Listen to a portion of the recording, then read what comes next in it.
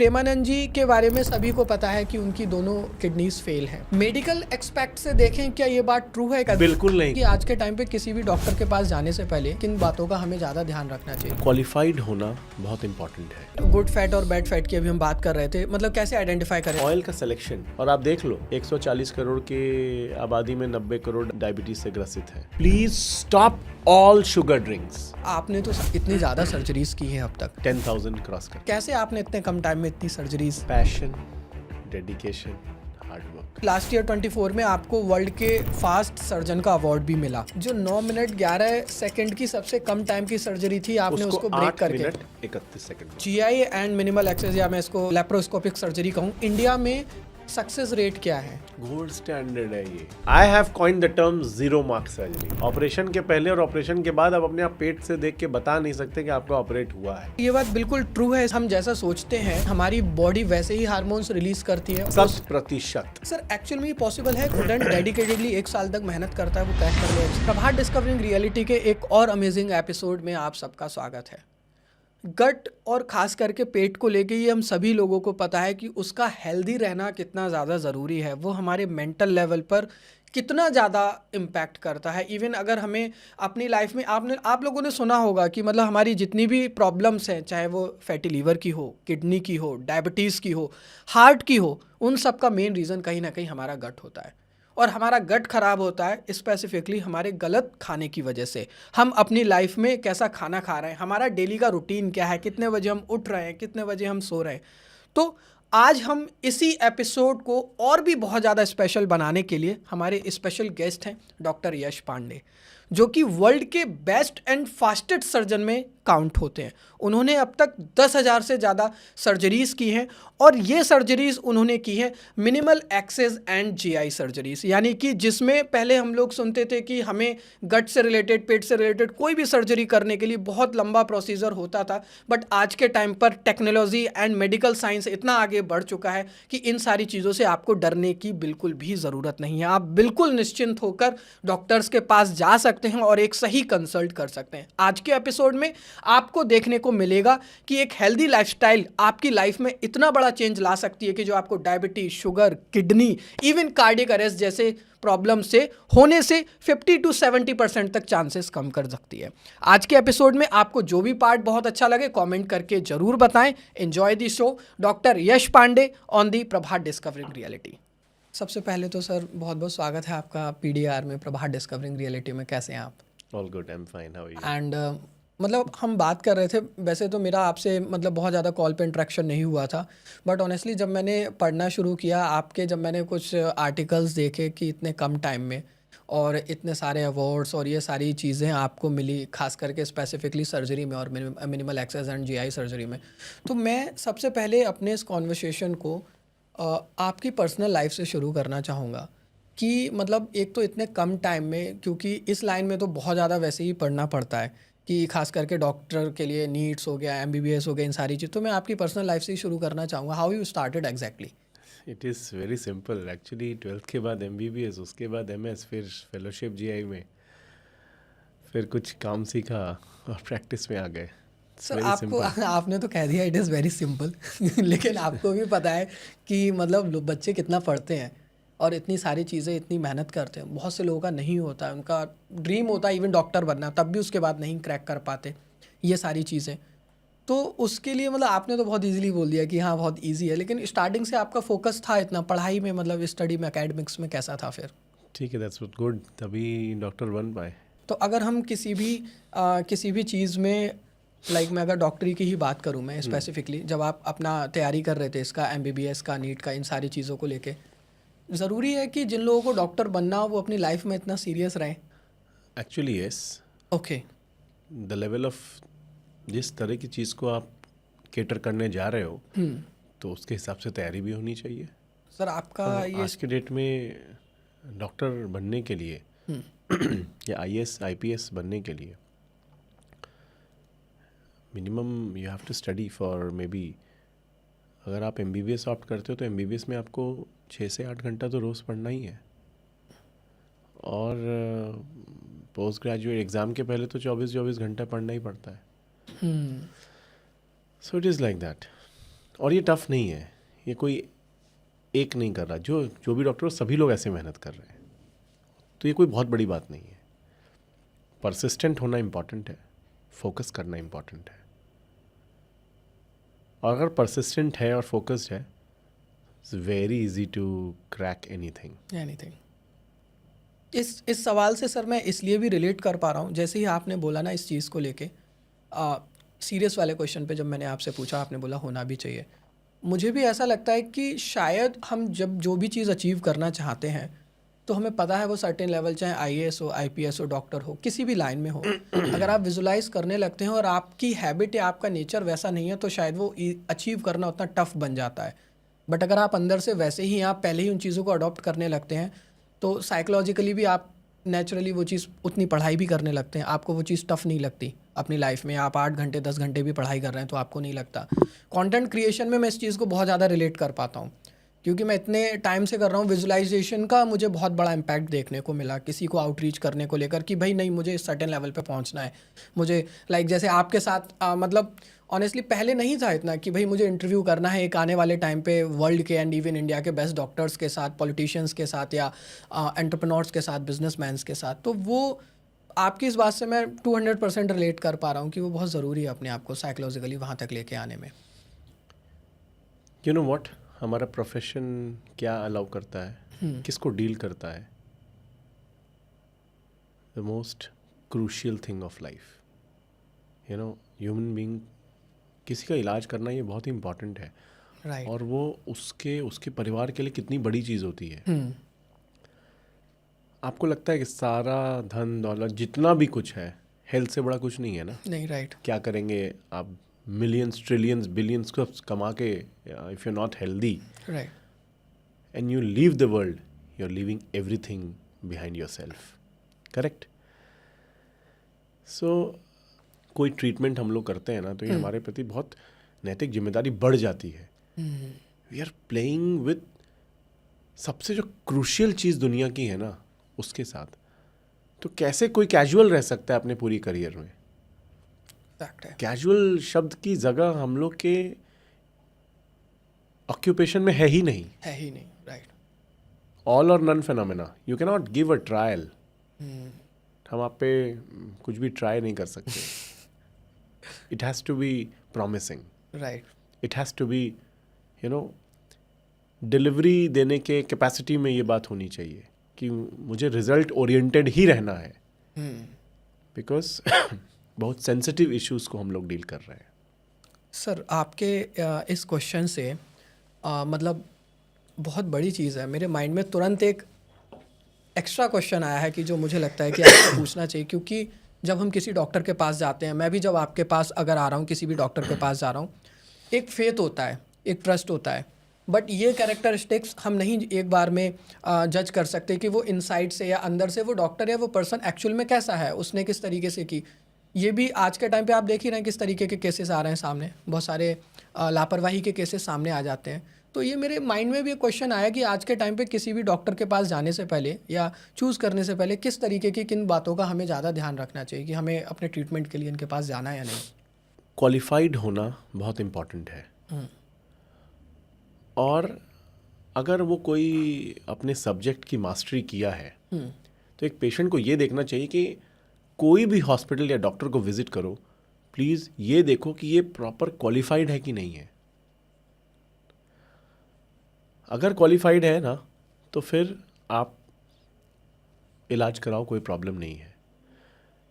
Problem तब आती है, और अच्छा, गलती किसी से भी हो सकती है, ये फैक्ट है। हमारी मेडिकल की बाइबल, हमारी जो ग्रंथ है, हमारी बुक्स हैं, उसमें भी error, chances of errors defined है, and which is not wrong, वो हो सकता है। The only thing is that कि हमें सही ट्रीटमेंट डिलीवर करना है, और वो बॉडी रिस्पॉन्ड करे ना करे, उसके लिए कोई क्या ही कर सकता है। It is body who has to respond. Suppose करिए कि आपके लिए एक मेडिसिन बनी है, इसके लिए एक मेडिसिन बनी, भाई मेडिसिन हमने दे दिया, अब बॉडी रिस्पॉन्ड नहीं कर रहा है, तो फिर डॉक्टर की कोई गलती नहीं है। Right. Technically we have paid off our job, हमने अपने काम को किया है। अब करना ना करना वो उसका विषय है. ओनली थिंग इज दैट कि क्या हमने गाइडलाइंस फॉलो की है, हमने स्टैंडर्ड ऑपरेटिंग प्रोसीजर्स एसओपीज को फॉलो किया है, सही एसओपीज और सही गाइडलाइंस फॉलो की है, तो फिर दैट इज़ फाइन. और फिर यही पेशेंट को देखना भी चाहिए. अपने हेल्थ डॉक्टर को चूज़ करने के पहले ये देखना चाहिए. ये सबसे ज़्यादा ध्यान में रखना चाहिए. तो सबसे पहले सर मैं अब इसी की तरफ मतलब इसी टॉपिक को आगे लेके जाते हुए मैं यही जानना चाहता हूँ कि minimal access and GI surgery actual में क्या होती है और ट्रेडिशनल सर्जरी से ये कैसे डिफरेंट है.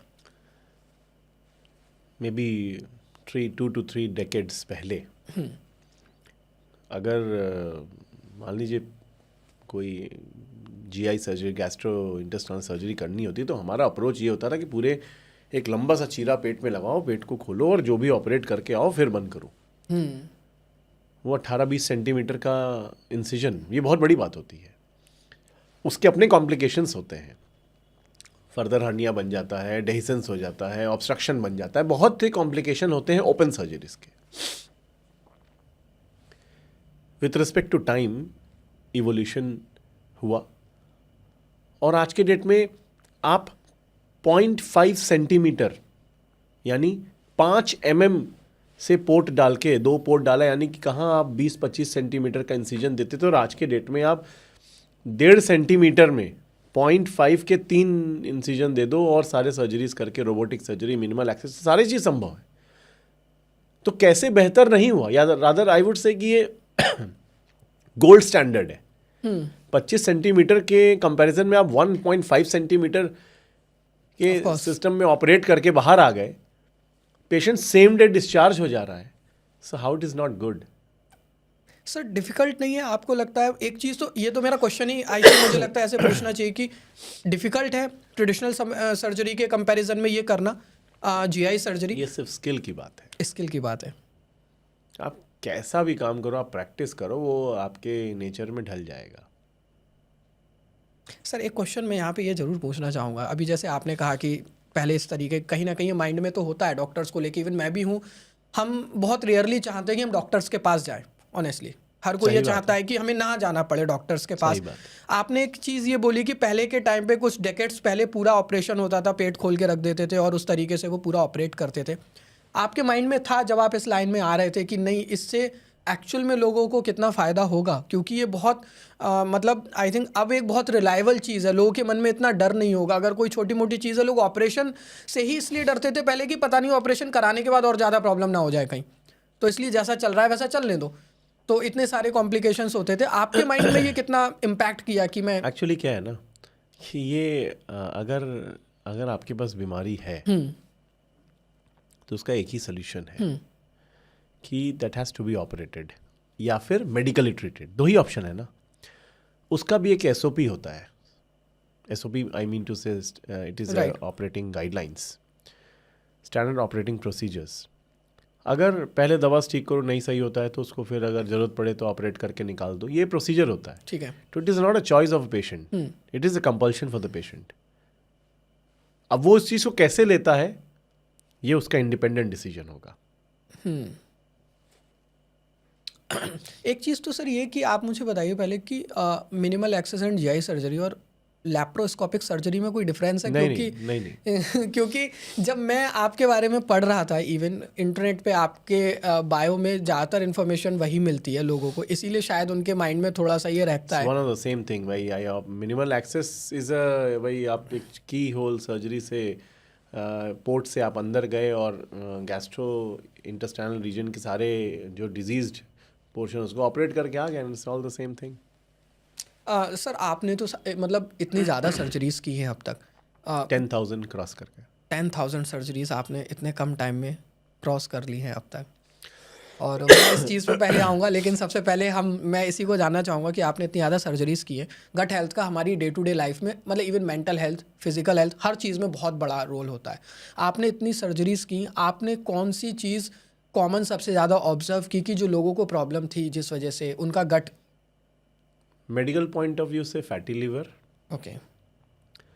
और सर्जिकल पॉइंट ऑफ व्यू से gall stone and renal stone.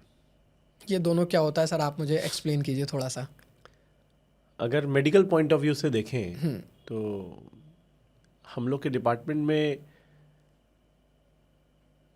Fatty liver is the most common disease spread ever. और ये सारी चीज़ डाइटरी हैबिट को लेके है। ये डाइट ही इसका मेन कॉज है। सही डाइट खाओगे तो मुझे लगता है 80% बीमारी अपने आप नहीं आएगी। राइट।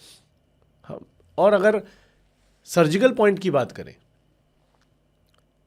तो, और इसी डाइट ये रॉन्ग कैसे, एक्चुअल पता है क्या, कि हम लोग को यही नहीं पता कि क्या चीज़ हमारे लिए बेहतर है। हम लोग टेस्ट बर्ड पे मूव कर जाते हैं, बट क्या सही है क्या गलत ये इसका नहीं पता।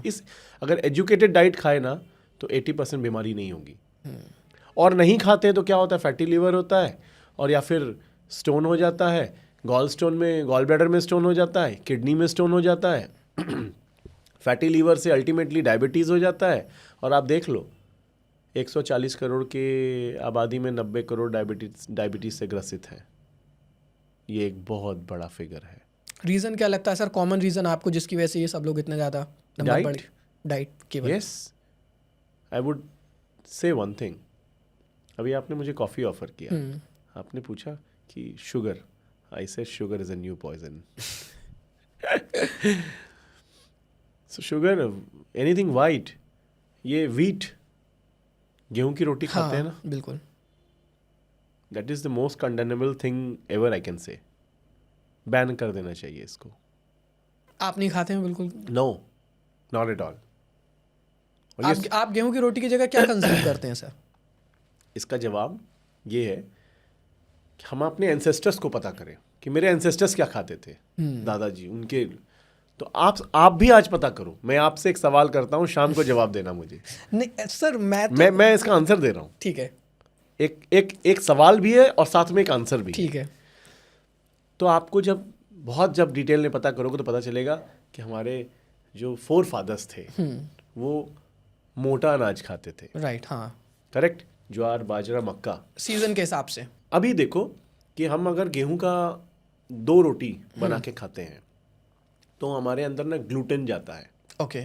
ग्लूटेन एक इन्फ्लामेटरी रिएक्शन कॉज करता है और हमारा पूरा इंटेस्टाइन में सूजन पैदा करने के लिए इंडिपेंडेंट सक्षम है। दूसरा, आप 2 रोटी, नॉर्मल साइज की 2 रोटी खाओ, 3 घंटे बाद आपका शुगर स्पाइक जो होगा 56 mg/dl का आ जाएगा, विच इज अ बिग थिंग। सिर्फ रोटी खाने से, 2 रोटी प्लेन खाने से 56 मिलीग्राम पर डेसीलीटर का शुगर स्पाइक होगा, विच इज अ बिग थिंग। आप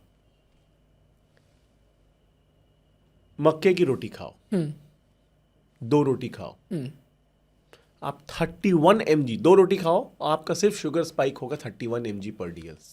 आप छोटे से ही डाइट में आप 25 mg अप्रॉक्स पर डीएल का आप सेव कर लो, which is the big thing. और दैट इज ग्लूटेन फ्री। एक तो हाई शुगर स्पाइक है कि ग्लूटेन फ्री है। So why eating all this? क्यों खाते हैं आपको पता है क्या? कभी बाजरे की रोटी बनवाई है? हाँ, खाई है सर। मतलब मुझे अब भी याद है, मेरे ग्रैंड पेरेंट्स जब विंटर्स में, क्योंकि एक चीज़ तो मुझे सर ऐसा क्या लगता है कि पर्सनल जो मेरा मानना है, बच्चों की, हमारे आज के मॉडर्न के टाइम पे बच्चों को बाजरे की रोटी, मक्के की रोटी उन्होंने कभी खाई नहीं शुरू से। क्यों नहीं खाई? आपको पता है क्या? क्यों ट्रेंड चला इसका? क्यों ट्रेंड वीट का आया? क्यों ज्वार, बाजरा, मक्का, रागी का क्यों ट्रेंड चला? नहीं है सर, क्यों है? बिजनेस की वजह से। No, not at all, exactly not at all. इसका सिर्फ एक रीज़न है। ऐसा नहीं है मक्के की रोटी टेस्टी नहीं है, बहुत अच्छा लगता है, स्वाद में बहुत अच्छा है। बाजरा आप उसको अच्छे से बनाओ तो बहुत अच्छा लगता है। उसका एक रीज़न है, हम लोग खाते हैं ना, आप सुबह बना दो, टिफिन में लेके चले जाओ, शाम तक वो रोटी बिल्कुल, आप खा सकते हैं, बिल्कुल अच्छे से। मगर बाजरे की रोटी अगर आपको किचन से बनकर डायरेक्टली नहीं मिलती है ना तो वो पैलेटेबल नहीं है। वो इतनी कड़ी हो जाएगी कि आप उसको खा ही नहीं पाओगे, अच्छी भी नहीं लगती, टेस्ट भी थोड़ा सा। सो कंप्लायंसेस इश्यूज इतने हैं कि मोटा अनाज जस्टिफाइड नहीं हो पा रहा है। बट साथ में वो हेल्दी जितना है उतना वीट हेल्दी नहीं है। कुछ ऐसी सर आप कॉमन प्रॉब्लम्स, क्योंकि मैं कहूँगा कि अच्छा, अच्छा, आप ये देखो कि अल्टीमेटली हम कुछ भी खाएं, any food, any fruit, any thing, अल्टी we have a sugar spike. एक लेवल तक तो हमारी बॉडी एक्सेप्ट करती है। हम ऑयल लेते हैं, पामोलिन ऑयल, एक नया बीमारी का घर बना हुआ है पामोलिन ऑयल। हम किसी तरह कुछ भी खाना खाते हैं, अल्टीमेटली क्या होता है कि there is a fat deposit in liver. You know what होता क्या है फैट लिवर में फैट डिपॉजिट, तो आप सोच रहे हो क्या ही फर्क पड़ता है। फैटी लीवर बहुत होता है ना, सुनते हैं। होता है। फैटी लीवर की वजह से दो एंजाइम का बढ़ना, SGOT SGPT, अगर बढ़ा हुआ है ना, आप उसको एक क्लियर कट प्रिडिक्शन दे दो कि 10 साल बाद वो एक कार्डियक पेशेंट बन जाएगा, उसको हार्ट अटैक आने की संभावनाएं 50 टाइम्स बढ़ गई, सिर्फ इन दो एंजाइम्स की वजह से। सिर्फ अगर आज आपका एंजाइम बढ़ा हुआ है, आप 10 साल बाद इस बात को रिकॉर्ड कर लो कि वो एक कार्डियक पेशेंट होने की संभावनाएं 50 टाइम्स हाइयर है, which is a big thing to know. अब आप सोचो कि कैसे हमारा डाइट हमारे सिस्टम को वो राइट। डायबिटीज कैसे होता है। लिवर सेल के अराउंड क्या होता है, फैट डिपॉजिट हो जाता है 5% से ज़्यादा फैट अगर लिवर में हो गया, वो पेशेंट फैटी लिवर डिफाइंड हो गया, डिक्लेयर कर दिया। अब लिवर सेल के अराउंड जितने भी फैट सेल डिपॉजिट हो गए, उसको पचाने के लिए क्या करेगा, इंसुलिन, पैंक्रियास को इंसुलिन रिलीज करना पड़ेगा। नॉर्मल अगर सेल है तो ईजिली जितना रिलीज करेगा उसमें हमारा मेटाबोलाइजेशन हो जाएगा। अब फैट डिपॉजिट है, इस फैट को ब्रीच करने के लिए इंसुलिन, पैंक्रियास को ज़्यादा काम करना पड़ेगा, ज़्यादा इंसुलिन रिलीज करना पड़ेगा। राइट। जितना ज़्यादा फैट उतना कम। 10 साल अगर ऐसे होते होते होते होते होते जब ज़्यादा काम पैंक्रियास को करना पड़ जाता है, तो अल्टीमेटली उसको पैंक्रियास उसका थक जाता है, हार जाता है और डायबिटीज़ हो जाती है। एक तो डायबिटीज़, एक्स्ट्रा फैट जो लिवर में डिपॉजिट हो रहा है, वो फैट अगर आर्टरीज में आता है, खून में निकल के आएगा ना एक्स्ट्रा फैट, आर्टरीज में डिपॉजिट करता है, हमारे खून की नलियों में, उसको हार्ड बनाता है, और क्या कहा, हाइपरटेंशन हो जाए, बीपी की बीमारी हो जाती है। वही फैट डिपॉजिट जाके हार्ट की नलियों में होता है, तो कार्डियक अरेस्ट कराता है, हार्ट की बीमारी हो जाती है। वही फैट जाके डिपॉजिट हो जाता है ब्रेन के किसी नली में, वेसल में, वहाँ डिपॉजिट हो जाता है, ब्रेन हैमरेज करा सकता है। आप ये देखो कि ऑर्गन का नाम लो, गॉल ब्लैडर में वही फैट कोलेस्ट्रॉल स्टोन डिपॉजिट हो जाते हैं, गॉल स्टोन बना देते हैं, किडनी में जाते हैं, रीनल स्टोन बना देते हैं। Who is the culprit? Everything is like fat and sugar. Fat and sugar. Fat भी दो कैटेगरी का है, एक गुड फैट और एक बैड फैट। क्या होता है सर, दोनों में कैसे पता करें कि हम गुड फैट है हमारे लिए या बैड फैट है? जैसे पामोलिन ऑयल है, कभी आपने आइसक्रीम खाई है? मैं सर बहुत कम खाता हूँ ऑनेस्टली, मुझे ज़्यादा पसंद नहीं आइसक्रीम। कोल्ड ड्रिंक में भले ही again a big cold drink is, see मैं नाम लेके तो नहीं कह सकता, हाँ। क्योंकि आपने एक कमेंट किया है। हाँ। I just want to add on something. वो सिर्फ एक अडल्टरेटेड शुगर ड्रिंक है। ओके। आई इंसिस्ट, मैं आपके माध्यम से आम जनता को ये बात कहना चाहता हूं कि एक sugar drink, please stop all sugar drinks, चाहे वो कैंड हो, चाहे वो कोल्ड ड्रिंक के फॉर्म में हो, या किसी भी तरह का प्रिजर्वेटिव डाला हुआ कोई फूड हो, all should be stopped. This is not good for health. Asif sir बिल्कुल मतलब मैं कर सकता हूँ ये। मुझे एक चीज़ सर आपसे और जाननी थी इसमें कि अभी हम मतलब कि फैटी लीवर की वजह से जब इंडिया में इतनी मुझे नहीं लगता कि आपने कोई भी प्रॉब्लम, चाहे वो हार्ट की हो, लिवर की हो, किडनी की हो, सारे फैटी लीवर की वजह से ही हो रहे हैं हमारे सारे। कोई ऐसी बहुत कॉमन बीमारियां जो आपको लगता हो कि होनी बिल्कुल निश्चित हैं जो भी व्यक्ति गेहूं की रोटी खा रहा है? Inflammatory bowel disease, Crohn's and ulcerative colitis, IBD। Okay. क्यों? इन्फ्लामेटरी बाउल डिजीज में आंत का सूजन, आंत में किसी तरह का सूजन आना, इसमें ग्लूटेन का बहुत बड़ा योगदान होता है। ओके। और भी अपने इंडिपेंडेंट कारण की वजह से IBD या इन्फ्लामेटरी बाउल डिजीज हो सकता है, बट उसमें आग में घी का काम ग्लूटेन करता है, okay, which is a part of wheat. Which is a part of wheat. Wheat. अगर फैटी लीवर, क्योंकि ज़्यादातर प्रॉब्लम्स मतलब फैटी लीवर की वजह से ही हो रही हैं, चाहे वो हार्ट की हों, चाहे वो हमारे गट की हो, शायद इसीलिए पहले बोला जाता था कि अगर जिसका पेट अच्छा है फिर मतलब उसकी पूरी लाइफ अच्छी, इसीलिए गट को और लीवर को इतना ज़्यादा इम्पोर्टेंस। मेटाबॉलिक डिसऑर्डर जो कहते हैं, इसमें यूरिक एसिड बढ़ जाता है, कोलेस्ट्रॉल बढ़ जाता है, ट्राइग्लिसराइड बढ़ जाता है, ये सब इसके मुख्य कारण हैं। और ऐसा नहीं है कि बैड फैट, कि फैटी लीवर होने का मतलब ये नहीं होता कि भैया तुम कोई फैट ही मत खाओ, तुम सही चीज़ खाओ, हाँ सर, अभी रह तुम गया एजुकेटेड डाइट लो। कि लाइक गुड फैट और बैड फैट की अभी हम बात कर रहे थे, मतलब कैसे आइडेंटिफाई करें दोनों में क्या डिफरेंस है, what is good fat and what is bad fat? Oil का सिलेक्शन, ओके, एक्चुअली क्या है ना, किसी भी तरह का हम लोग सोचते हैं ना कि जितना ऑयल डालेंगे उतना अच्छा सब्जी बनेगी, यही एक रॉन्ग कॉन्सेप्ट है। जितना सादा भोजन होगा। कैटेगरीज ऑफ ऑयल को डिफाइंड होना चाहिए। जैसे palmolein oil is very bad. Palm oil is very bad. Mayonnaise खाया है कभी? नहीं, मुझे नहीं है पसंद बिल्कुल। मेयोनीज इज नथिंग बट घुमा घुमा के वो पामोलिन ऑयल का ही वो बनाते हैं। ये क्लियर कट ट्राइग्लिसराइड बढ़ाता है, कोलेस्ट्रॉल बढ़ाता है, हार्ट के नली में डिपॉजिट होता है और कार्डियक इश्यूज को इनवाइट करता है। अगर हमारे जैसे सब्जी बनाने का जो तरीका है, सोचते हैं कि क्या बहुत तेल में बनाएंगे तभी सब्जी अच्छी, नहीं, ऐसा नहीं होता है।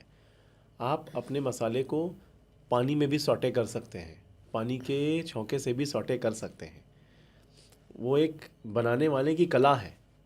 बट फिर भी अगर थोड़ा बहुत ऑयल है, जैसे बीच में आया था सफोला ऑयल, ये ऑयल, पाम ऑयल, ये हमारा 5000 साल पुराना तेल, सरसों का तेल भी उनमें बेहतर है। और घी is very good, desi ghee is very ghee is very good. Sir, आपने बीच में अभी खुद देखा होगा कि एक ट्रेंड सा बना दिया अभी, हालांकि अब बहुत लोग इस चीज पे आ रहे हैं वापस, इतना ज्यादा आ चुके हैं, एक एजुकेटेड क्लास आ चुकी है। हाँ, कि desi ghee is very good. I mean 1 teaspoon per day अगर आप लेते हैं, वो गुड फैट है। आप अगर फैटी लीवर है ना, तो उस बैड फैट को रिप्लेस करने, आप सोचोगे दवा से कर लें, आप नेचुरल तरीके से करो, आप एक गुड फैट लो in form of desi ghee, वो बैड फैट रिप्लेस हो जाएगा। This coffee, black coffee has a tendency to remove, एकमात्र ऐसी चीज है जो कि लीवर के अंदर से बैड फैट को रिप्लेस कर सकती है। Black coffee very powerful thing. घी के साथ ये एडवांटेज बहुत बड़ा है, बट साइमल्टेनियसली एक और बात है कि अगर आपकी लाइफस्टाइल सिडेंट्री है तो एक इशू है। अगर आपको लगता है कि नहीं, थोड़ा सा आप जॉगिंग कर सकते हैं, प्राणायाम कर सकते हैं, योगा कर सकते हैं, तो वो आपके लिए फिर ghee is like anything, you know, it is very good for health. Fatty liver से ठीक करने के लिए अगर आपको किसी को 2 या 3 बहुत इफेक्टिव चीजें बतानी हो, आप क्या रिकमेंड करोगे? आम जनता के लिए एक बात सोचना है, घर पे अपने आप को असेस करो, डॉक्टर की जरूरत नहीं है। देख लो तुम कितने सेंटीमीटर के हाइट के हो। मैंने कहा कितने सेंटीमीटर हाइट के हो। वो बोला अगर मैं 172 सेंटीमीटर का हूं तो मेल अपना 100 माइनस कर ले और फीमेल 105 माइनस कर ले, जो आता है वो उसका एक्चुअल वेट हुआ। अगर वो वेट पे है तो उसका हार्ट बेस्ट काम कर रहा है, फिर वो बिल्कुल टेंशन फ्री लाइफ जी सकता है। यदि एक कंडीशन मेल के अंदर में उसकी हेरिडिटरी डिसऑर्डर में कोई कार्डियक इश्यूज या मेटाबॉलिक डिसऑर्डर है, तो वो भी अपना हाइट में से 105 को माइनस कर ले। जैसे 170 to 105 minus 67 kg is the ideal weight for that particular person.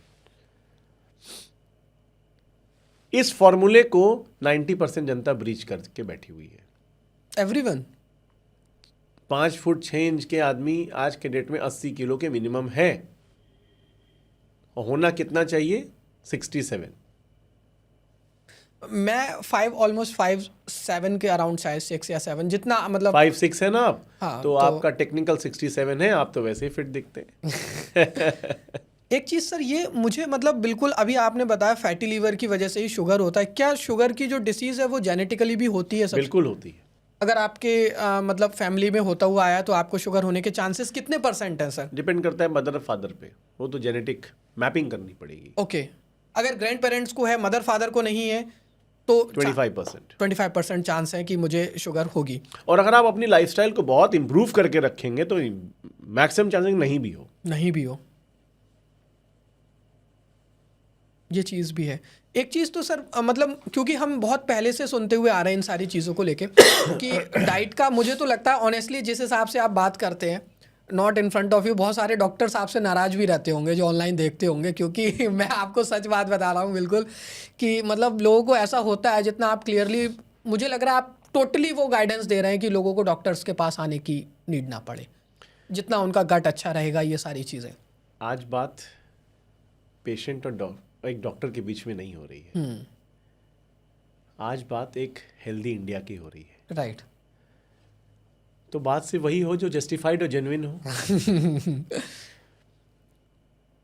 और मेरा कहना है कि अगर मतलब सिर्फ एक बात सोच ले इंसान कि हम आज के पास ना आज पब्लिक में एक ह्यू है कि हमें मतलब हम क्या खाएं।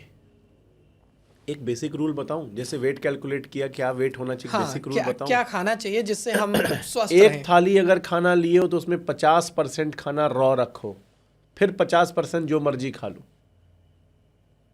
ओके। एक थाली जितना खाना है तुम्हें खाओ, उस आधे थाली में रॉ रखो। रॉ मतलब सैलड्स हो गया, फ्रूट्स हो गया, ठीक है, नेचुरल फॉर्म में खाओ उसको, जैसा है। हाँ, जैसा है। सेब खा लो, संतरा खा लो, मौसम्बी खा लो, आप कीनू खा लो, माल्टा खा लो, स्ट्रॉबेरी खा लो, ब्लूबेरीज, येलो बेरीज, ग्रीन, मतलब जो भी खाना खा लो रॉ फॉर्म में खा लो। ठीक है। कुकुम्बर खा लो, स्प्राउट्स खा लो, एनीथिंग यू वांट। और बचा हुआ 50% कुक्ड खाओ। अगर इस रेशियो में खाते हो, एक तो ये इंपॉर्टेंट है। पहला मैंने आपको क्या बोला, वेट कैसे कैलकुलेट करना है। दूसरा बोला कि अपनी थाली की प्रिपरेशन कैसे करनी है, खाना कैसे खाना है। तीसरा मैं आपसे कहता हूं कि सुबह 8 बजे और शाम सूरज ढलने के पहले अगर ये 2 टाइम खाना खा ले रहे हो, 80% लोग बिना डॉक्टर के ही ठीक हो जाएंगे। मुझे मतलब ऑनेस्टली सर इसमें जो सबसे बड़ा रोल लगता है, आपने जो भी बताया, मैं चाहूँगा कि इस पे भी आप कुछ ना कुछ एडवाइस ज़रूर दें कि सिर्फ और सिर्फ जैसे हम बात करते हैं ना कि चाहे डॉक्टर्स हों, चाहे बिजनेसमैन्स हों, चाहे किसी भी प्रोफेशन में बोला जाता है कि भाई आप वही बनोगे जैसा आप सोच रहे हो, जैसी आपकी हैबिट्स हैं। आपको एक सक्सेसफुल बिजनेसमैन बन रहा है तो आपकी हैबिट्स वैसी होनी चाहिए। सक्सेसफुल अगर आपको मतलब सक्सेसफुली आपको यूपीएससी क्रैक करना है तो आपको इतने घंटे पढ़ना पड़ेगा। लेकिन ये सारी चीज़ें लोगों को पता है, उनकी हैबिट में ना होने की वजह से बिल्कुल भी वो बाय डिफ़ॉल्ट वैसा करते जा रहे हैं। जैसे अक्षय कुमार तो इतने पहले से बोलता हुआ आ रहा है कि मैं शाम को सूर्य अस्त होने के बाद कुछ नहीं खाता। लोग खाते ही क्यों हैं? खाते ही क्यों हैं वो, मतलब और उसके बाद और दिखता है लोगों को उसकी फिटनेस को लेकर, आज भी वो इंडस्ट्री में सामने है लोगों को, लेकिन लोग फिर भी नहीं कर रहे। ट्रू, ये सच है, सबको पता है। तो आप मुझे कुछ ऐसे तरीके बताएं, अच्छी डाइट को हमें अपने जीवन में अगर लेके आना हो, शुरुआत कहाँ से करें और कैसे उसको हैबिट में कन्वर्ट करें? 4 चीज़। एक तो मॉर्निंग में योगा और मेडिटेशन। ठीक है। योगा आपकी बॉडी को, ऐसा नहीं होता है कि आप योगा करोगे तो आप थक जाओगे। एक मिथ है कि अरे यार एक्सरसाइज करेंगे, हमको बहुत काम है, मुझे तो बहुत है। ऐसा नहीं है। आप अपने दिनचर्या को ऑब्जर्व कर लीजिएगा। जिस दिन आप योगा करके काम करते हैं ना, उस दिन क्वांटा ऑफ वर्क आप ज़्यादा कर पाते हैं। ओके। और जिस दिन आप योगा नहीं करते हैं, आपको लगता है कि यार हमारा 100 ही मिनट का काम हुआ। आप जिस दिन योगा करेंगे, आपको 300 मिनट के काम करने की क्षमता के बराबर बल आ जाता है। ये सच है, आप ट्राई कर लेना, ये एकदम प्रूवन फैक्ट है। दूसरा, मेडिटेशन। आप मेडिटेशन और कुछ नहीं करता, आपको फोकस करता है। कोई ऐसी चीज़ नहीं हो कि आपकी कोई ऐसी शक्ति नहीं है जो आप वहाँ काम कराती है। It is you. सारी शक्ति, सारे वाइब, सारे स्पिरिचुअलिटी आपके अंदर होती है। सब कुछ आपके अंदर है, आप कितना अपने आप को डिस्कवर कर सकते हैं ये सब आप पे निर्भर करता है। और किसी भी चीज को लेके फोकस करना है ना, अगर आप फोकस कर रहे हो, ये सिर्फ क्षमता आपको मेडिटेशन से आ सकती है और वो बहुत ही कारगर है। लोग कहते हैं ना ये बहुत सक्सेसफुल हो गया, ये कम समय में आगे निकल गया, वो इसीलिए है कि वो सबके पास ही 24 घंटे होते हैं, आपके पास, हमारे पास, दुनिया के हर सक्सेसफुल आदमी के पास 24 घंटे होते हैं। राइट। मगर उसका वो 24 का 72 कैसे इस्तेमाल करता है, वो कितना फोकस्ड है, कितना परसिस्टेंस है, वो उसी पे परसिस्टेंट होना बहुत इंपॉर्टेंट होता है। और ये सब कुछ होता है if you meditate, if you do yoga. दूसरी इंपॉर्टेंट होती है diet. That is very important. अगर आप एजुकेटेड डाइट ले रहे हो तो आपकी हेल्थ हर जगह अलाउ कर रही है आपको काम करने के लिए। तीसरा होता है टाइम, कि आप किस टाइम में खा रहे हो। This is all the things, अगर हम ये क्यूमुलेट कर लें तो क्या होता है ना, हमारी राह आसान हो जाती है। राइट। कोई एक काम करने में किसी को बहुत दिक्कत होती है, किसी को लगता है यार होते जा रहा है। आप सिस्टमेटिक होइए, लाइफ आपके साथ सिस्टमेटिक हो जाएगी, अपने आप सारी चीज़ें line of course. Yes sir, अभी मतलब बहुत सारी चीज़ें हैं जो अभी हम बहुत तरीके से आगे बढ़ेंगे, लेकिन सबसे पहले मैं यही एक चीज़ जानना चाहता हूँ। लैप्रोस्कोपिक सर्जरी हो या चाहे हमारी जीआई सर्जरी हो, ये minimal access and GI surgery जो हमारी हो गई, किन किन सिनेरियो में ये सबसे ज़्यादा की जाती है और किन किन प्रॉब्लम्स में ये ऑपरेट होती है, किन किन सिचुएशंस में की जाती है ये? गॉल ब्लैडर में स्टोन हो गया, जैसे एक बड़ा इंसिजनल हर्निया हो गया, जैसे किडनी में स्टोन हो गया, जैसे इंटेस्टाइनल परफोरेशंस हो गए, या कोई कैंसर सर्जरीज हो गई, गैस्ट्रो इंटेस्टाइनल रीजन की कोई अगर कैंसर होता है, ओके, पेट में कैंसर जैसे कह सकते हैं एक तरीके से। ऐसी किसी भी चीज़ को लेके अगर हमें ऑपरेट करना हो तो आज के ज़माने में कोई बहुत बड़ा इंसिजन देने की आवश्यकता नहीं है। बहुत एडवांस हो चुका है हम लोग का मेडिकल और सर्जिकल फील्ड, जो कि इस चीज़ को मिनिमल एक्सेस रूट से ही पूरा ऑपरेट कर देगा विथ प्रॉमिसिंग रिजल्ट्स। अब तो टेक्निक ऐसी है, आई हैव स्टार्टेड, पहले था ट्रेडिशनल लैप्रोस्कोपिक सर्जरी थी, फिर आया मिनिमल एक्सेस, अभी तो कुछ कुछ सर्जरीज ऐसी हैं जिसमें ऐसा रिफॉर्म हो रहा है कि आई have coined the term zero mark surgery. I have coined the term zero mark surgery. Okay, zero mark surgery. Zero mark. Operation के पहले और ऑपरेशन के बाद आप अपने आप पेट से देख के बता नहीं सकते कि आपका ऑपरेट हुआ है। ये कैसे पॉसिबल है? ये है possible. There are lot many natural orifices in our body जहाँ से हम उस रूट को अप्रोच कर सकते हैं और उसको नेचुरली ऐसा प्लास्टिक सर्जरी से ऐसा उसको बना देंगे कि आप जो पेशेंट है वो जस्टिफाई नहीं कर पाएगा कि हाँ हमारा कोई सर्जरी हुआ है। एंड एक्चुअली द डिजीज, मैं गॉल ब्लैडर कर सकता हूँ जीरो मार्क सर्जरी से without a mark on body. Okay. और जो मार्क रहेगा वो ऐसा बनेगा कि आप स्वयं अपने ऑपरेशन के बाद पहचान नहीं सकते कि ये मार्क है। ये है। थोड़ा टफ है, it requires very little bit more time, practice, nothing more than that, but संभव है और किया है, सक्सेसफुल डिलीवर किया है, बहुत ब्यूटीफुल रिजल्ट्स हैं। सर, इतने कम टाइम में आपने, आई थिंक मतलब शायद इस ईयर आप 34 के हो जाएंगे, मोर देन 10,000 सर्जरीज आपने की। मतलब इतना वो डेडिकेशन और वो इतना बैक टू बैक, क्योंकि it's required a lot of tough things, schedule, सारी चीज़ें। कैसे आपने इतने कम टाइम में इतनी surgeries? Passion, dedication, hard work. मैं सबसे पहले अब सर ये शुरू करना चाहूँगा, हालांकि कि मैंने जब आपके बारे में पढ़ा, इंटरनेट पे देखना शुरू किया, तो बहुत सारी चीज़ें निकल के आई आपके डिग्रीज़ के बारे में। इतनी सारी चीज़ें आपने इतनी जगह से पढ़ाई की निकल के आती हैं सामने।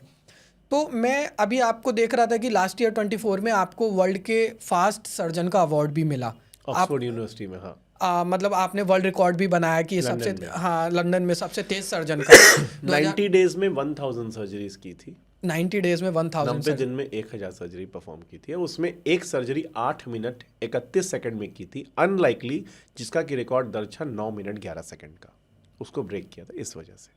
जो 9 मिनट 11 सेकंड की सबसे कम टाइम की सर्जरी थी, आपने उसको ब्रेक 8 करके मिनट 31 सेकंड में 8 मिनट 31 सेकंड में की। और फिर सर अभी लास्ट मंथ आपको ऑक्सफोर्ड यूनिवर्सिटी से भी लंदन में अवार्ड मिला। तो मतलब आप एक चीज़ तो ये बताइए कि आप माइंड में बैठ सोच कर चलते हैं क्या कि नहीं हर साल एक ना कोई ना कोई। नहीं, ऐसा कुछ नहीं है। ये क्या होता है कि ये जो कहावत है ना, practice makes the man perfect, तो वो उस राह पे आप चले जाओगे तो बस चलते ही चले जाओगे और फिर आसान हो जाएगा। आप साफ बस सॉर्टेड रहो, दिमाग से सॉर्टेड रहो, कॉम्प्लिकेटेड मत रहो, और फिर प्रॉस एंड कॉन्स होता रहता है, ऊंच नीच होती रहती है। सॉर्टेड रहोगे तो पाथवे इजी मिलता जाएगा और आप मूव करते जाओ। मुझे लगता है सर आप मतलब पहले से ही वो चीज़ विजुलाइज भी कर चुके हैं, सोच चुके हैं कि मेरी लाइफ कुछ भी प्लान करके नहीं है, ओके। कुछ भी प्लान करके नहीं, आप अपना काम कर रहे हो, इसको सही तरीके से करो, मुझे बस ये है परसिस्टेंट रहो। कि अगर आप मुझे जैसे कल का हमारा सर शूट पोस्टपोन हो गया, हम लोग कल करने वाले थे, अगर आप मुझको ये बोलते ना कि प्रभात रात में टाइम है केवल मुझसे 10 से 11 11 से 12, मैं सेम एनर्जी के साथ में कर सकता हूँ अगर if my guest is ready. आप nice. हाँ आप मतलब मुझसे पूरी रात भी कराइए ना, मैं पूरी रात कर सकता हूँ बैठ के। That's nice. वो मैंने प्रैक्टिस नहीं किया, मतलब जब मैं शुरू कर रहा था, अभी मुझे दिल्ली आए हुए 4 to 5 मंथ्स हुए हैं प्रॉपर। उससे पहले मैं क्या करता था, क्योंकि फैमिली की वजह से मैं दिल्ली आया एक दिन के लिए, शूट किया और वापस चला गया। बहुत सारे इंटरव्यूज़ पॉडकास्ट मैंने उस समय फ़ोन से भी रिकॉर्ड किए थे मैंने उस समय। अभी लेकिन जितना मैं आपके बारे में देख रहा था कि स्पिरिचुअली भी आप उतना ही ज़्यादा मतलब मेडिटेशन में आप ये सारी चीज़ें, तो अब एक सबसे इम्पॉर्टेंट पार्ट मैं डिस्कस करना चाहूँगा आपसे कि प्रेमानंद जी महाराज के पास आप गए, वो रील तो आपका सबने देखा, बहुत ज़्यादा वायरल हुआ, इतना ज़्यादा इवन मिलियंस में उस पर व्यूज़ गए। लेकिन मैं 2 चीज़ें यहाँ पे जानना चाहता हूँ। सबसे पहले आप मुझे ये बताइए कि आपका एक्सपीरियंस कैसा रहा वहाँ जाकर। सेकंड मोस्ट इम्पॉर्टेंट क्वेश्चन कि प्रेमानंद जी के बारे में सभी को पता है कि उनकी दोनों किडनीज फेल हैं और डायलिसिस उनका होता है। मेडिकल एक्सपेक्ट से देखें, क्या ये बात ट्रू है कि उनके बिलीफ सिस्टम की वजह से ऐसा है कि वो बिल्कुल हेल्दी लाइफस्टाइल और ये सारी चीज़ें कर रहे हैं? मेडिकल टर्मिनोलॉजी में आप इसको सर कैसे मतलब जस्टिफाई करेंगे? देखिए, पॉजिटिव थॉट होना किसी भी पेशेंट के लिए, इच्छा शक्ति, ये बहुत बड़ी चीज़ है हेल्थ के पॉइंट ऑफ व्यू से भी, और आप जो काम कर रहे हो उसके संदर्भ में भी। अगर पॉजिटिव थॉट्स हैं और दृढ़ इच्छा शक्ति है ना, तो महाराज जी जो मिरेकल कर रहे हैं वो हर इंसान कर सकता है। He is very positive man, कोई छल कपट की भावना नहीं है, एक अजीब ऑरा है वहाँ पे। आप गए सर, आपको कैसा? बहुत अजीब, पूरे वृंदावन में ही एक अलग सा ऑरा है, एक पॉजिटिव वाइब्स का ऑरा है। और आप उनसे बात करिए, मैंने उनसे पर्सनली बात किया, he is one very much positive. जो सही है बस वही बोलते हैं।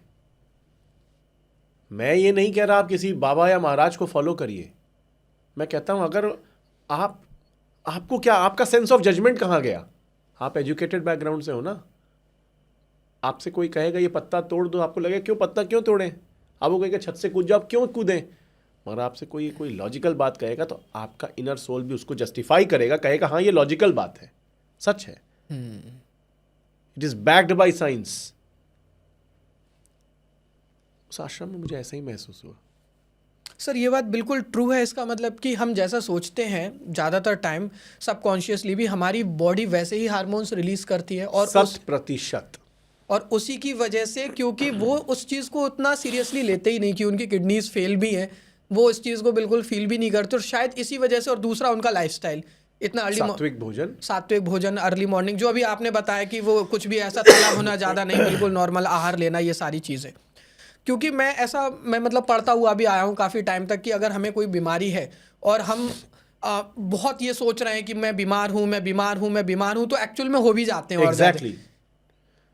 किसी भी चीज़ में, if you are in business, if you are in practice, if you are doing anything, आप सिर्फ पॉजिटिव होके रहिए।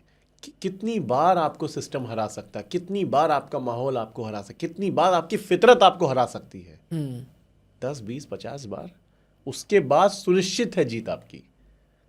होता क्या है ना, हम लोग मतलब क्या सोचते हैं, 4 बार आपने किसी काम को किया और अल्टीमेटली वो फेलियर हुआ।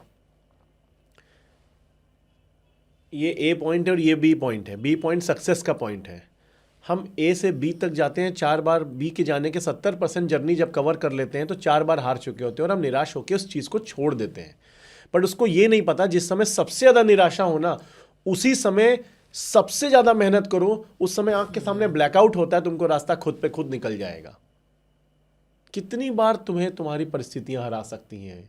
परिस्थिति की हराने की भी अपनी एक क्षमता है, बार बार नहीं हरा सकता है। राइट। आपकी मतलब स्पिरिचुअल जर्नी तो काफ़ी डीप रही है, बहुत ज़्यादा। मैंने ये तो देखा है, मतलब मैं बोलने के लिए नहीं, मैंने आपके इंस्टाग्राम पे भी देखा ये सारी चीज़ें। एक किडनी पेशेंट, क्योंकि प्रेमानंद जी की किडनीज बहुत काफ़ी लंबे समय से फील्ड है, आई थिंक इतने कई 20 ईयर्स ज़्यादा हो गए, और वो 20 ईयर्स से। और मैं एक चीज़ उनका एक शब्द बहुत कॉमनली सुनता हूँ, क्योंकि वो उन्होंने क्षेत्र संन्यास लिया है, तो वो ब्रज के बाहर नहीं जाते, मतलब वृंदावन या ब्रज क्षेत्र के बाहर नहीं जाते। वो एक चीज़ कॉमनली बहुत ज़्यादा बोलते हैं, जिसमें मुझे उनका बिलीफ सिस्टम इतना स्ट्रांग नज़र आता है कि अगर श्री जी को बोलते हैं कि भाई अगर श्री जी को मुझसे सेवा करानी है तो वो इन्हीं किडनीज के साथ ही क्यों ना कराएं, मैं दूसरी मतलब ट्रांसप्लांट नहीं कराना मुझे, ये सारी चीज़ें।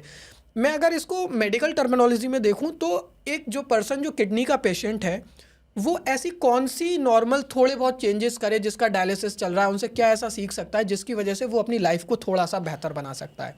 सीकेडी के पेशेंट्स को बेसिकली प्रोटीन इनटेक अच्छा मेंटेन रखना चाहिए। क्रोनिक किडनी डिजीज़ के पेशेंट को पोटेशियम रिच जो सब्जियां हैं, वेजिटेबल्स हैं, उनका पोटेशियम ड्रेन करके ही बनाना चाहिए। जैसे पालक है, साग है, इनका क्या करना चाहिए, गर्म पानी में इनको भिगो के इसका पोटेशियम ड्रेन आउट करा के तब देना चाहिए, क्योंकि ये सीकेडी में पोटेशियम बैलेंस नहीं हो पाता है। अगर hypertension is the cause of CKD या diabetes is the cause of CKD, दोनों को ही मेंटेन करके चलना चाहिए।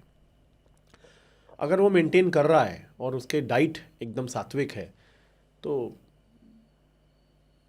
राह बहुत लंबी तय की जा सकती है। सर ये बात बिल्कुल सही है। जो लोग मतलब सात्विक भोजन और इस तरीके की चीज़ों को ज़्यादा फॉलो करते हैं, बीमारियां थोड़ा सा उनसे दूर रहती हैं। सच है, कम बीमार रहते सच हैं। है। 80% टाइम अपने खान पान की वजह से बीमार होते हैं। बीमारी तो सिर्फ एक्चुअली 20% है। हमारे हाल चाल और हमारी लाइफस्टाइल ही हमें 80% तो बाध्य रखती है। सर इतनी ज़्यादा सर्जरीज आपने की, आई थिंक मोर देन 10,000, कोई ऐसा केस आया हो कि जहाँ सिर्फ आपके स्पिरिचुअल एक्सपेक्ट की वजह से वो चीज़ पॉसिबल हुई और आपको बहुत ज़्यादा हेल्प मिली हो? मतलब कोई ऐसा एक्सपीरियंस जो आपको लगे कि यार ये तो स्पिरिचुअल एस्पेक्ट से विल पावर देता है और कॉम्प्लिकेशंस को डील करने की क्षमता आपकी बढ़ा दी जाती है। राइट। थ्रेशोल्ड एक शब्द है। किसी को आप एक छोटा सा पैनिक सिचुएशन हो गया, एक आदमी बहुत उसको रिएक्ट करके डील करता है, और एक है जो कि बहुत उसको इजी गोइंग में सेटल करता है। ये थ्रेशोल्ड पे डिपेंड करता है। और स्पिरिचुअलिटी आपको इतना मैच्योर बना देती है कि आप किसी भी वर्स्ट सर्कमस्टांसेस को बहुत ही एफिशिएंट वे में डील करने की क्षमता सीख जाते हो। ये कैसे सीखते हो, ये तभी समझ में आएगा जब इसमें लिप्त होके आप उभरोगे। सिर्फ मेडिटेशन और ध्यान से अगर आप बहुत अंदर की जो क्षमता है वो बढ़ जाती है, और किसी भी बड़ी सी बड़ी प्रॉब्लम को सॉल्व करने में आप सक्षम हो जाते हो। सर अगर मैं वर्ल्ड की बात करूं तो मतलब ये चीज़ तो हमें सभी को मालूम है कि इंडिया के डॉक्टर्स को पूरे वर्ल्ड में एक मतलब बहुत ज़्यादा रिकग्नाइजेशन मिलती है। लेकिन अगर मैं minimal access and GI surgery की बात करूं तो वर्ल्ड में हमारे इंडियंस डॉक्टर्स किस नंबर पे परफॉर्म करते हैं? जो फॉरेन से पेशेंट्स आते हैं हमारे पास इंडिया में, उनका कैसा रिस्पॉन्स रहता है? वो किस ट्रस्ट के साथ आते हैं? एक्चुअली ये आप कतर, दुबई, बहरीन, आप जितनी मिडिल ईस्ट कंपनीज़ हैं या बाहर के और भी बारबाडोस, ये सब बाहर की जितनी कंट्रीज़ हैं, वहाँ से पेशेंट आते हैं ओके। मैंने खुद बहुत से पेशेंट को ऑपरेट किया जिसका नाम नंबर है मेरे पास। वहाँ पे वहाँ से तो बहुत फार बेटर है अपना इंडिया का सिस्टम, बहुत मैच्योर्ड है और बहुत चीप भी है। चीप भी है। यस, जो सर्जरी हम लोग यहाँ पे एक कम पैसों में करते हैं वहाँ पे 10 to 20 टाइम्स ज़्यादा कॉस्टिंग में होती है। और उसका रीज़न सर क्या लगता है आपको, ऐसा क्यों? वो उनका अपना एक अच्छा। बेसिक स्टैंडर्ड प्रोटोकॉल है तो है। लेकिन हमारे इंडिया में ये चीज़, मैंने ये चीज़ भी देखी है, बहुत से लोग सिर्फ इंडिया इसलिए आते हैं क्योंकि यहाँ मेडिकल टूरिज्म है यहाँ पे, मेडिकल टूरिज्म है। अदर कंट्रीज के लोग आके ऑपरेट करते हैं, यहाँ पे ऑपरेट करवाते हैं। वहाँ की एजेंसीज, वहाँ की कंपनी उनको फ्लाइट का टिकट भेजती है कि तुम यहाँ करा के आओ और वापस आओ, आने जाने का टिकट भी देते हैं, तब भी उनको सस्ता पड़ता है। तब भी सस्ता पड़ता तब है। भी सस्ता पड़ता है। आप गल्फ कंट्रीज के, मैं आपको कई ऐसी कंपनीज जिसके साथ मेरे यहाँ मेरे पास पेशेंट्स आते हैं, ऑपरेट करा के सीधे वापस चले जाते हैं, उनको टिकट के साथ भी यहाँ इंडिया का ट्रीटमेंट चार्ज सस्ता पड़ता है। सर एक नॉर्मल, मतलब मैं जानना चाहता हूँ कि नॉर्मल खर्चा अगर कोई minimal access and GI surgery कराता है, depend upon surgery to surgery, depend on surgery to surgery, but अगर मतलब किस किस तरीके की अगर लोगों को प्रॉब्लम है तो उस तरीके के डॉक्टर से एक बार कंसल्ट कर लेना चाहिए। ऑफ कोर्स हर डिपार्टमेंट के अलग अलग डॉक्टर्स हैं। ओके। अपने अपने डिपार्टमेंट के रिस्पेक्टिव डॉक्टर्स हैं, उसको दिखाना चाहिए। एक चीज़ सर इसमें ये भी मतलब बहुत ज़्यादा देखने को मिलती है, जो मैं आपसे पूछना भी चाह रहा था इस चीज़ को लेके कि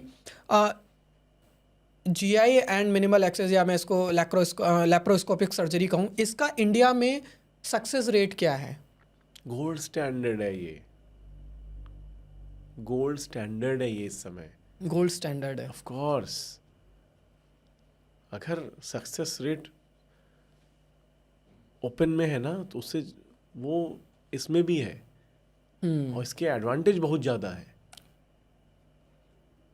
जैसे कि फॉर एग्जांपल के लिए like all any surgery, if you talk about gall bladder surgery, पुराने ज़माने में कॉकर्स इंसिजन लिए जाते थे कम से कम 15-20 सेंटीमीटर के, अब 1.5 सेंटीमीटर में हो रहा है।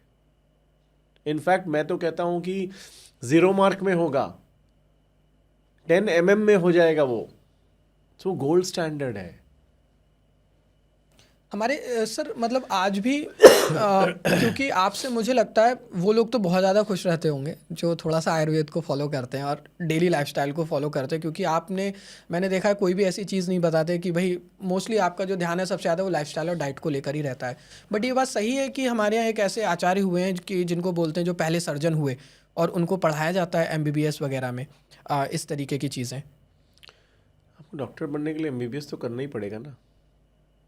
MBBS करेंगे, MS करेंगे, MCH करेंगे, फेलोशिप्स करेंगे, और क्या करेंगे, करना ही है। आपका सर एक्सपीरियंस कैसा रहा जब मतलब अवार्ड के टाइम पर लंदन में, और जब आपने वर्ल्ड रिकॉर्ड बनाया कैसा फील होता है? दुनिया के, मतलब मुझे भी प्राउड फील हो रहा है कि मैं वर्ल्ड के बेस्ट सर्जन के साथ बैठा हूँ। तो I'll tell you one thing, वहाँ पे दुनिया का टैलेंट बैठा हुआ था, मैं अकेला नहीं था। दुनिया से और दुनिया के टैलेंट वहाँ पे थे।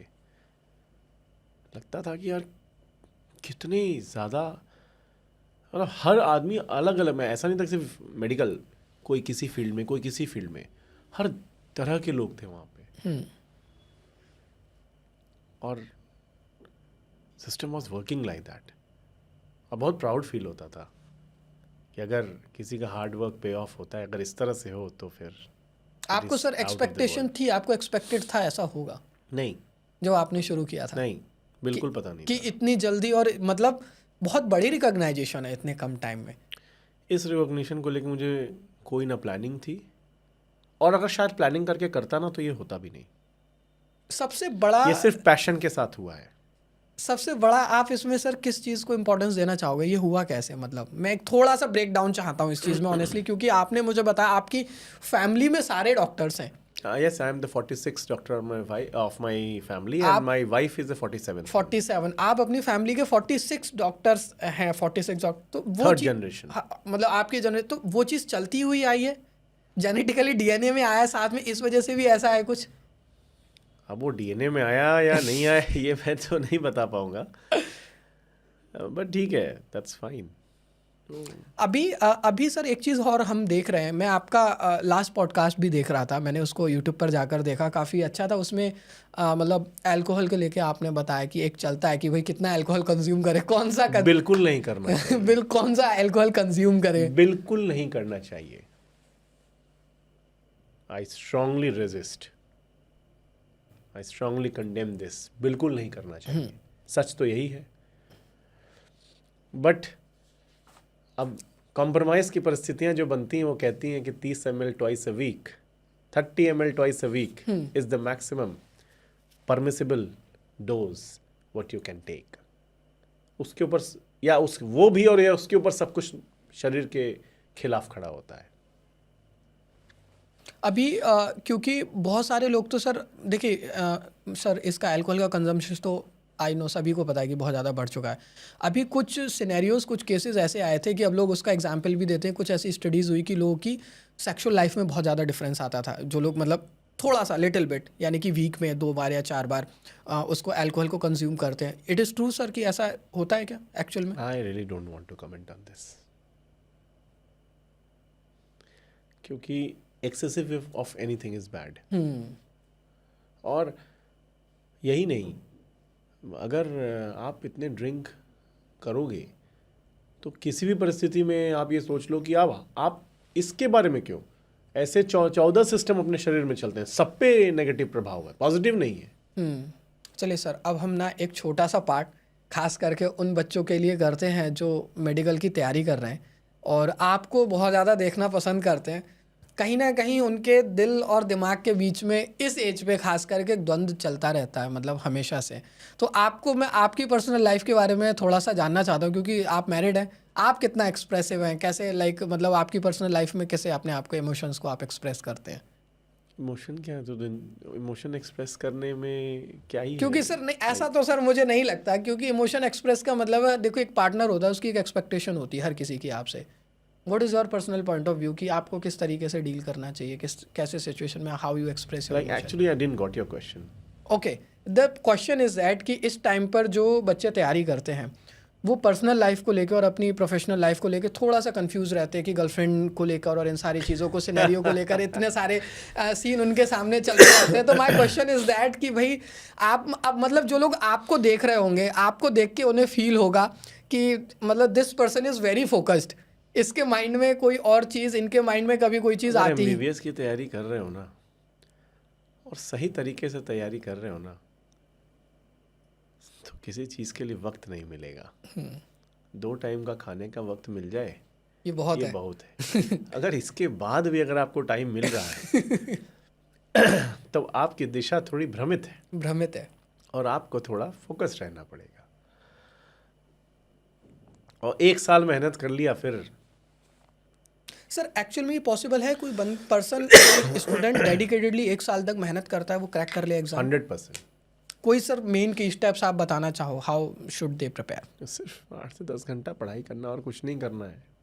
मेंटल लेवल पे कोई ऐसी प्रिपरेशन जो योगा एक्सरसाइज? करे, मेडिटेशन करे यार, 10 घंटा पढ़ाई कर ले, सफिशिएंट है। कोई रॉकेट साइंस नहीं है, कुछ भी रॉकेट साइंस नहीं है। आपको सर आपने कभी लाइफ में अपना किसी को कंपटीशन माना? पायल खुद को जब 1000 सर्जरी नया नया आया था, परफॉर्म किया था ना, तो उसी समय मन में था कि 1000 कर लिया, इसको 10,000 करना है। जब 10,000 कर लिया ना तो 25,000 का टारगेट हो गया कि ये करना है। खुद ही में बेंचमार्क है। एज अ किसी थर्ड पर्सन को आपने कभी नहीं देखा? नेवर। और वो देखना कोई मेरे लिए ज़रूरी भी नहीं है। मैं हूँ, अपने लिए रिस्पॉन्सिबल हूँ और खुद के लिए ही कर रहा हूँ। और ये एक पैशन की वजह से हो रहा है, ये डेडिकेशन की वजह से हो रहा है। और जो इंसान अपने से कंपटीशन करता है ना, वो रिजल्ट ओरिएंटेड होता है। यही नहीं कि जिस काम को भी मुझे करना है, मैं बहुत ही सॉर्टेड रहा हूँ और बहुत ही फोकस्ड रहा हूँ कि ये है ना, अचीव कर लेंगे। आज नहीं, तो एक बार हार जाएंगे, कल हार जाएंगे, परसों हार जाएंगे, 4 बार हो सकता है एक ही बार में जीत जाए। ये बहुत ही ऐसा नहीं कि नहीं होगा, ये माइंड में थॉट ही नहीं है ही आता नहीं, कभी। करना ही है, मतलब हाँ, जिस ठीक है चीज पे लग गए कि बस करना 2024 में नहीं 25 में हो जाएगा, 25 में 26 में हो जाएगा, 26 तक तो आ ही जाएगा। और आप किसी चीज़ को मल्टीपल टाइम बैक करते रहते हो ना, उसको साइकिल में आता है, तो आप उसकी बारीकियों को समझना शुरू कर देते। आप अपने ही गलती करके उसमें सुधार लाना शुरू करते, और फिर आप अपने आप को इतना फाइन ट्यून कर चुके होते हो कि उस रास्ते तक आपको सक्सेस के रास्ते पहुंचा ही देता है। आपकी परिस्थितियां ही आपको पहुंचा देती हैं, आपको कुछ एक्स्ट्रा ऑर्डिनरी करने की आवश्यकता नहीं है, सिर्फ परसिस्टेंट होने की ज़रूरत है। बहुत टैलेंटेड होना बहुत ये नहीं है कि 95% जो ला रहा है ज़िंदगी में बहुत बड़ा कुछ कर लिया है, ऐसा कुछ नहीं है। जो वर्ल्ड के टॉप मोस्ट लीडर्स हैं ना, वो बैक बेंचेस रहे हैं, एग्जाम्पल सबके सामने है, चाहे भारत का हो, चाहे यूएस का हो, चाहे कहीं का भी हो। वो कितने परसिस्टेंट हैं, कितने क्रिएटिव हैं, कितने अपने थॉट प्रोसेस को लेके एकदम एक सोच रखते हैं। ये होना बहुत इंपॉर्टेंट है। बहुत से बड़ी बड़ी डिग्री वाले आज एक बेसिक सैलरी पे किसी और पे डिपेंडेंट हैं, एक जॉब कर रहे हैं। सो अपने दिमाग को टाइम देना चाहिए कि हम किसी चीज़ को कैसे करें। ये गलतियां हुई हैं तो उस गलती को कैसे एक शेप करें, और उस गलती से कैसे हम उभर के बाहर आएँ। हम सिर्फ अपने सिस्टम को, अगर हम एक टारगेट डिसाइड कर लें, उसी गलती को सुधारते सुधारते अपनी मंजिल तक पहुंचने में हमेशा कामयाब होंगे। आप सिर्फ अगर निकल गए हो तो उस एंड रास्ते पे पहुंच कर ही रुकना नहीं उसके पहले। ये चीज़ मेरे साथ भी है सर, एंड मुझे ऐसा भी लगता था सर, ऑनेस्टली कुछ टाइम से हुआ मेरे साथ कि मैं इस चीज़ को लेके बहुत ज़्यादा कॉन्शियस होने लगा कि मैं किस तरीके के लोगों के साथ बैठ रहा हूँ या बात कर रहा हूँ। मतलब मेरी दोस्ती एक तरीके से बिल्कुल एक टाइम पे आफ्टर 21 बिल्कुल ख़त्म ही हो गई। मतलब बहुत ज़्यादा एक्सप्रेस नहीं करना कि हाँ, कोई अगर मुझसे किसी न किसी चीज़ में आगे है, अपने सराउंडिंग्स मुझे ऐसे लोगों के आसपास ही बिल्ड करनी है, actually they are doing something. मतलब ये सही थॉट प्रोसेस है या इसमें और किस तरीके से इवॉल्व लेके आना चाहिए? अपनी जो कंपनी है ना, वो बहुत चूजी होनी चाहिए। राइट। जैसे लोग के बीच में बैठेंगे बाय डिफॉल्ट 2 साल बाद वैसे हो जाएंगे आप, बाय डिफॉल्ट। अगर वो पी रहा है, कुछ गलत काम कर रहा है, संगत छोड़ दो। अगर वो हर वो काम कर रहा है बट अपने कर्तव्य के प्रति फोकस्ड है और सक्सेसफुल वेंचर पे है, आप बैठो, देखो आपकी सोच वैसी हो जाएगी। और हर एक स्टेज के बाद अपनी सर्कल को चेंज करके अपने से ऊपर सर्कल में जाने की कोशिश करनी चाहिए। राइट। आपका प्रमोशन बाय डिफॉल्ट हो जाता है। आज के एक ऑनेस्टली सर, मतलब before end of this conversation मेरे 2 क्वेश्चंस हैं। सबसे पहला कि आपका ऑनेस्ट फीडबैक क्या रहा, आपका एक्सपीरियंस कैसा रहा, what is your best advice for me for this show also. और क्योंकि मुझे लगता है ऑनेस्टली मतलब ये मेरे माइंड में था कि जब हमने पहली बार बात की, कनेक्ट किया, आप भी कुछ ना कुछ तो सोचते होंगे, देखते होंगे कि भाई मुझे किस जगह जाना है, कहाँ। ट्राई करने में क्या जाता है, यही सोचा था। अब इसका परिणाम क्या होगा, ये हमारा काम है कर्तव्य करना, अब हम कर्तव्य करना। अब ये किस मुकाम पे जाके रुकेगा, ये तो वक्त बताएगा। और जब हम एक्सप्लोर ही करना छोड़ देंगे, ये एटीट्यूड ही खत्म हो जाएगा, तो कैसे जज कर सकते हैं कि आप सही या हम गलत, या हम गलत या आप सही, ये कैसे जज कर सकते हैं? तो इसलिए एक्सप्लोर करने में कोई बुराई नहीं है। हेल्दी इंडिया के लिए आपकी तरफ से बेस्ट एडवाइस क्या होगी sir? I told you earlier, सुबह उठना, meditation, yoga, healthy diet, 50% uncooked food, शाम के बाद कुछ खाना नहीं। 4 चीज़ कर लीजिए, मोटा अनाज ऐड कर लीजिए, और आप देख लीजिएगा 50% प्रॉब्लम आपकी सॉल्व है, गारंटीड सॉल्व है। I tell you, guaranteed solve है। ऐसे लोगों को कार्डियक अरेस्ट और शुगर के होने के चांसेस 50% से ज़्यादा संभावना है कि आप इस चीज़ से बहुत दूर हो जाएंगे। लेकिन ये बात तय है कि अगर आप गेहूं की रोटी और ऐसी चीज़ें खा रहे हैं तो शुगर होने के चांसेस, फैटी लीवर होने के chances, sugar, salt, maida, all whites are dangerous. All whites are dangerous. इनको बिल्कुल भी नहीं कंज्यूम करना चाहिए। इसको आप किसी भी स्तर पे रिकन्फर्म करो, आपको इसका जवाब मिलेगा। आप तमाम रिसर्च वर्क को चेक करो, आपको जवाब मिलेगा। ऑनेस्टली सर मुझे बहुत अच्छा लगा Thank you so एंड मतलब आज बात करके बहुत मज़ा आया सच में। आई थिंक मुझे लग रहा है कि हम एक आगे भी पॉडकास्ट ऐसा लेके आएंगे, एक सीरीज़ प्लान करेंगे, लोगों को भी बहुत कुछ जानने को सीखने को मिला होगा। लेकिन हमारा वही लास्ट में बिल्कुल एंड करते हुए कि what is your experience for today, आपको लगा कि हमें जो चीज़ पहुंचानी चाहिए थी? नाइस, अच्छा लगा, एक फ्रैंक डिस्कशन, एक हेल्दी डिस्कशन हुआ और मैं आपके माध्यम से एक हेल्दी इंडिया को एक रूप देना चाहता हूँ। मुझे इससे लग रहा है अगर सर मेरी- आप रिप्रेजेंट कर रहे हैं ऑनेस्टली, क्योंकि आप खुद को लेके भी उतना ही सीरियस हैं, अपनी बॉडी को लेके और अपनी लाइफ को लेके। तो ये चीज़ मुझे सच में बहुत ज़्यादा मतलब कंपैरेटिवली टू और डॉक्टर्स इंप्रेसिव लगी। लोगों को पता Thank you बहुत so कुछ much. होता है कि, लेकिन लोग आपने भी देखे इतने मोटे मोटे से, और उनका खुद का लाइफस्टाइल वैसा नहीं होता, उन्हें पता है कि ये चीज़ गलत है। बट ये चीज़, ये डेडिकेशन मुझे पर्सनली बहुत इंस्पायर किया, और आज से ही मैं इस चीज़ को अपनी लाइफ में, पर्सनल लाइफ में तो मैं फॉलो करना शुरू कर ही दूंगा। अब मैं उम्मीद भी करता हूँ ऐसे कि जो लोग मुझे देख रहे हैं वो भी शुरू करेंगे कि अगर आप लाइफ में कुछ अचीव करना चाहते हैं और आप अपने उसके पहले गोल, पहली सीढ़ी अपनी बॉडी को ही सीरियसली नहीं ले रहे हैं, तो ये तो सबसे बड़ी उसके साथ एक नाइंसाफ़ी है। ट्रू, क्योंकि अगर आपकी बॉडी ही ठीक नहीं है तो आप कुछ भी अचीव कर लीजिए, फिर वो सब वेस्ट ऑफ टाइम है और वेस्ट ऑफ मनी है, मतलब वेस्ट ऑफ लाइफ भी है एक तरीके से मैं कह सकता हूँ। Thank you so much sir for your time, बहुत अच्छा लगा बात करके। सेम है, थैंक यू। तो दोस्तों ये था हमारा आज का very amazing episode with doctor Yash Pandey, और आज हमने बात की कि कैसे आपकी लाइफ में फैटी लीवर की वजह से इतनी सारी प्रॉब्लम्स की चांसेस बाय डिफ़ॉल्ट बढ़ जाते हैं। गेहूं की रोटी का हमारी लाइफ में कितना बड़ा इम्पैक्ट होता है, जिसको हम बहुत लाइटली इग्नोर कर देते हैं।